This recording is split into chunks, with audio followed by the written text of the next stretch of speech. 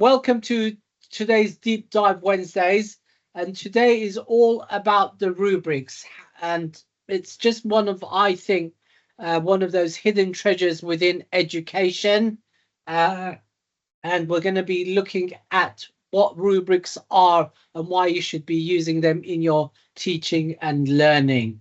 Before we move on, just to let you know that we have this very useful resource, TeacherMatic.com/links, where you can access all the past deep dives, sign up to deep dives and the community webinars, sign up to our newsletters, and a whole host of other resources. You can also keep update with all our latest updates, events, and conferences by accessing that through the TeacherMatic platform. It's called the Announce Kit. There'll be a circle on the top right. If you click on that, you'll be able to see all the latest updates and upcoming features. So with that being said, let's start the session and describe what a rubric is. You can think of a rubric as a scoring guide or a table. Just quickly, just to show you what a rubric looks like. It consists of these rows and columns, right? And each row in the rubric focuses on a particular skill or quality you want to assess. For example, this is a job interview rehearsal rubric. So if you get your students to rehearse for job interviews, you can actually assess that using a rubric, which I think is a fantastic way of assessing these types of things. And you would definitely give that rubric to your students before that job interview rehearsal, because that way they will know what they are being assessed for. For example, preparation. So you can see what excellent looks like, which is basically what the column is, the performance levels, and it describes what excellent looks like, and in this example, what poor looks like. So each row here focuses on a particular skill or quality you want to assess. All right. As I said in this example, it's a job interview rubric that I created using TeacherMatic. So you got the columns here, and these columns represent different levels of achievement. In this example, we have excellent to poor. And of course, the cell content describes what constitutes each level of performance. So this is what excellent looks like under preparation, and that's what obviously average looks like here. Okay, so just going back, why it matters, because it provides transparency, it provides clarity to your learners. When I introduced rubrics in my own teaching and learning, not only did it reduce my workload considerably, but I found that the quality of students' work improved, because students knew exactly what my expectations were. So, for example, when I used to create rubrics for my assignments, I would list all the things here in this column of what my expectations were, so they would know if they were missing things or not. And by the way, I would have an additional column here that would say no evidence, so that whenever there was no evidence, I would just click that, whatever platform I was using. And that's the beauty of rubrics, that you can use rubrics within Microsoft Teams, Google Classrooms, and various virtual learning environments. So when you're giving feedback, all you need to be doing is just clicking on the boxes, and of course you can give additional feedback. So just going back, you can use, rubrics in multiple ways for marking feedback and guiding learners effectively.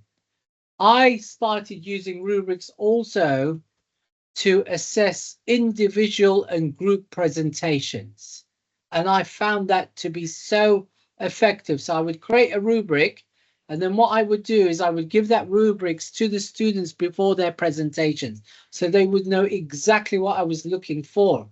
Additionally, I wouldn't even mark those presentations. I would get the students to peer assess each other's presentation using the rubric that I provided them. All right. So we've seen what a rubric looks like here, right? And just to, reiterate why rubrics matter. So it provides clear expectations. It gives learners a transparent view of what's expected. So it supports consistency, particularly, by the way, when more than one teacher is involved in the assessment. It also, as I said, provides transparency and consistency and supports, avoids this accusation of bias in teaching feedback and marking. Also, as I said, it really does save you a considerable amount of time in the long run. So before TeacherMatic and before AI, it literally used to take me sometimes days and days, even over a week, to create a rubric. It really did, because it takes time to create a very effective rubric. And that's why I think, in my opinion, by the way, that most teachers avoid using rubrics. So when I used to tell teachers about what rubrics are and, why they're so effective, they used to get very excited about them. They said, oh my God, this is wonderful. Why didn't anyone tell us about what rubrics are? But when they started realizing the amount of work it used to take to create a rubric, they would shy away. But that's no longer the case. Now with, TeacherMatic and the rubric generator, you're literally able to create a rubric within minutes. So I think, in my opinion, some of these barriers have been removed because of, AI and platforms like TeacherMatic.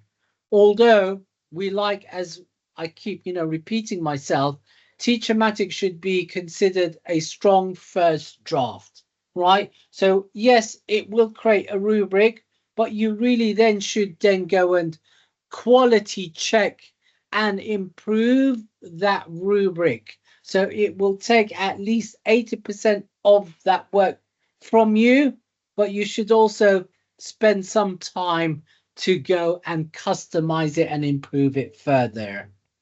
So rubrics are a win for everyone. They really are, because it provides clear expectations to students. It does reduce anxiety, and it really does enhance their independence, and they take ownership of their learning. And for teachers, I think, the biggest one is it reduces workload. You're consistent in your assessment, provides faster feedback, and fewer repeated explanations. It used to drive me crazy, by the way, giving feedback to students when they submitted to work, saying that you've missed this and you've missed that. So as I said, one of the columns that I used to use in my rubrics was no evidence. And all I would have to do is just click on no evidence when they never submitted any evidence, right? So best practice tips, keep it student friendly language. Don't overcomplicate them. What I found, by the way, that was really powerful is that if you sit down with your students and co-create the rubric together, right? And I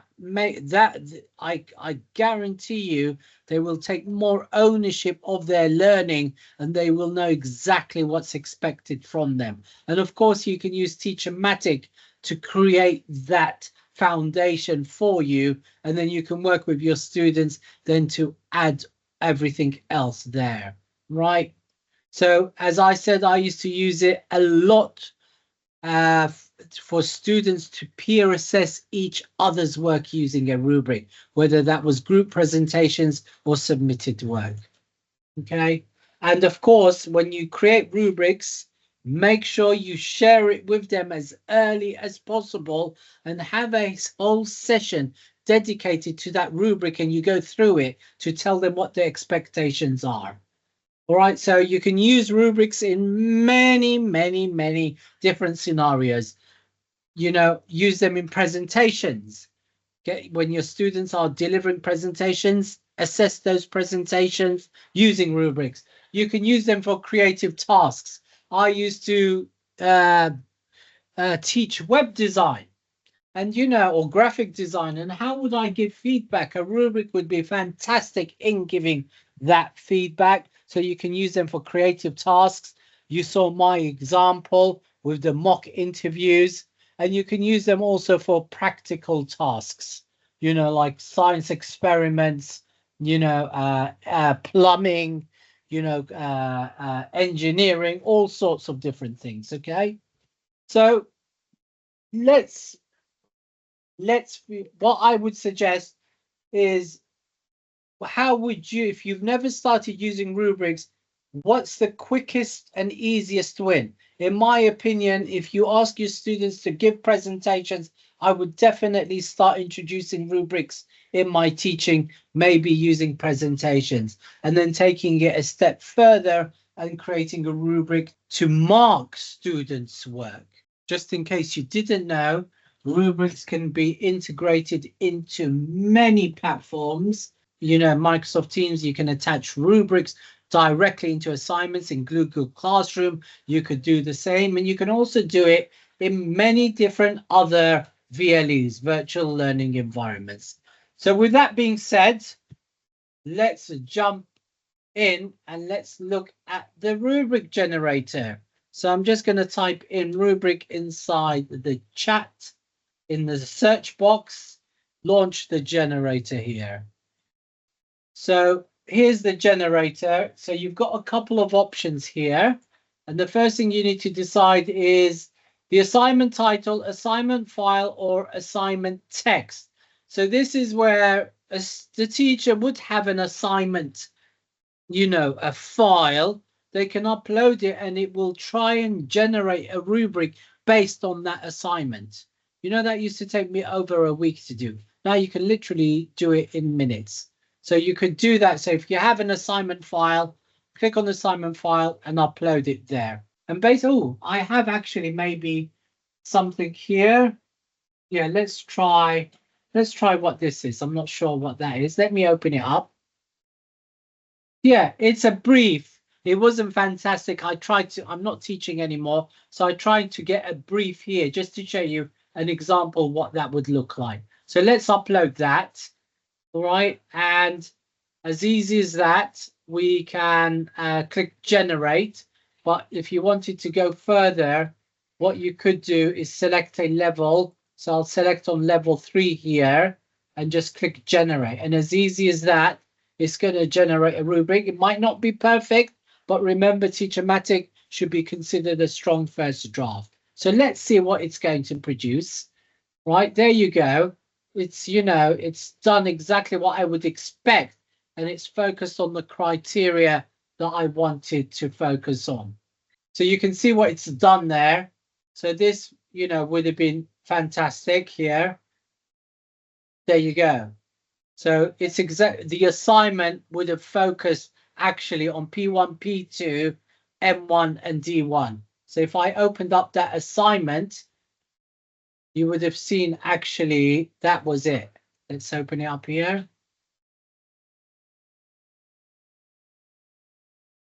There you go. It's done exactly what I wanted to do, right? So we can obviously take this much further. And for example, if I wanted it to focus on something, I can put additional information here and it would then guide the output. Here's another example. This is a really quick win where you can start using rubrics to assess presentations. So here would be an assignment title, and I can just write here group presentation. That's it. That's my assignment title, right? I can put some additional information here if I wanted to. So I could say, the students have, this will be, they're new to presentations and lack confidence. So I could add any additional information if I wanted there. So I can change the scales, by the way. So we've got all of these scales. So I think I'll leave it from excellent to poor. And we can click generate, right? And if we click generate, the AI will generate what the performance indicators are. And it will do a very good job for you. Let me show you. So I'm going to click just regenerate in this instance, because we've already created a rubric, right? And there you go. It's done a really good job. You can see what it's done. Let me just export that to Word. Just show you what that looks like. See? As easy as that. Right? But I might not want these performance criteria. I might want my own, because I'm looking out for specific things in my classroom. You really should take advantage of this section here, which is available in many of our other generators, including the glossary. And what this does, it gives you control of what the output is, right? What do I mean by that? If I don't use and click generate, I'm relying on the AI to make up the performance criterion. It normally does a very good job. But in this example, you know, my students never used to use eye contact when used to deliver presentations. You know, typical teenagers, they were quite shy, lacked confidence. So this is one of the performance indicators I want to see. So I'm going to write here eye contact. So here it gives me control of what the performance criteria is going to be. So I want to see eye contact. I want to see collaboration, right? Sorry, every time you write a performance indicator, press enter. So you can press enter, or you can write all the criteria and separate them by commas, and at the end press return, and it'll add it. But we'll do it one by one. So I'm going to press enter, as you can see. The next thing I'm looking for is collaboration. There you go. And I might be looking for a great design. And I even might be looking for good body language, right? I want to see also references. Actually, before I want to see references, I want to know, did they know what they were talking about? So good subject knowledge. And then at the end, I want to see references. So now your students will know exactly what you're looking for in that presentation. And I guarantee you, the quality of those presentations will improve if you give it out to them, obviously, before the presentation. Right. So there you go. I put all the performance indicators. I'm going to click on, it would have said generate if that was my first time I generate this, and you'll see what will happen. There you go. So it's added all of those things that I've asked for. Let me export it to Word so you can see what that looks like. And there we have our rubric. And of course, I would then change that. So, of course, then you have the ability to change that then to landscape, you know, format it even better, right? So over here, say table design, I'll give it some shading, I'll make it bold, I'll make it larger. You get the idea. And as you can see, it's added everything that I wanted. And then I would get the groups to peer assess each other's presentation, and they would just circle what they thought. So that would then keep them engaged when, you know, the other groups are giving presentations. So that's what you could do. Now, obviously, if your group needed simpler language, you would obviously select a lower level, but you can also use this new feature that we have that we've rolled out in all our generators. So I could say here now, simplify the language, right? And I can click on refine, and it will now simplify the languages, especially if this was now for ESOL type learners or level 1. There you go. As you can see, it's now simplified the language, and this is now suitable for more lower level learners. And if you haven't yet incorporated the use of rubrics into your lessons, into your teaching and learning, I highly recommend it. It is one of those, you know, hidden treasures within teaching, learning, and assessment. before AI and TeacherMatic, it used to take a considerable amount of time to create a rubric. But as you can see now, we can create rubrics in literally minutes and then improve on top of them. And I guarantee you what will happen is that the quality of students' work will improve, and it will also reduce your workload. And if you use strategies like peer assessment, then you'd be able then to improve that engagement within your classes. So that really ends this part of the session, right? And I want to thank everyone, but we're going to stop the recording of this session and then open it up for Q&A, because I've got a few things to share with you, because it's right 1:30 on the dot. So thank you very much for joining this part of the session.